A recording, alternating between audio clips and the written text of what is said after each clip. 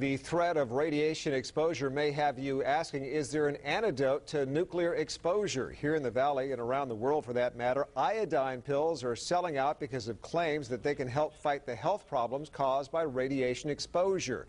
We spoke with experts about those claims. CBS 47's Alexander Limon continues our live team coverage with some answers. Alex.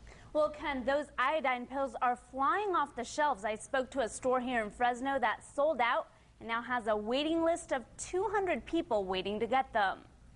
Because of fears that radiation could reach the U.S., stores are selling out of iodine pills in the Valley and across the West Coast. Because of the risk of iodine 131 radiation drifting across the Pacific. It's sold out. You know, I just ordered another 500 pounds. Though the fear of radiation reaching the U.S. isn't unfounded. Radioactive particles can be transported across the Pacific Ocean to the west coast of North America. The levels wouldn't be any higher than what we're normally exposed to every day. They're dispersed through the air or the water, so that we would not be able to have much of an impact. People in Japan who live near the reactors that are leaking radiation could have major problems, ranging from immediate death to long-term health issues. Within 5 to 7 years, people who had enough radiation exposure developed leukemias, and in the long term, they developed solid cancers such as thyroid cancer. Dr. Dave says the iodine pills wouldn't help in all circumstances. They only protect the thyroid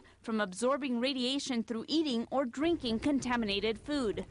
The likelihood of us having that type of an exposure is pretty unlikely. I would have to be convinced to take anything and also be convinced at the level of the radiation before I take any steps.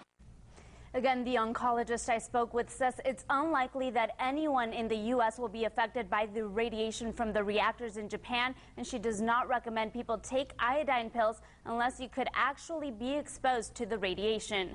Live in the newsroom, Alexandra Limon, CBS 47 on your side.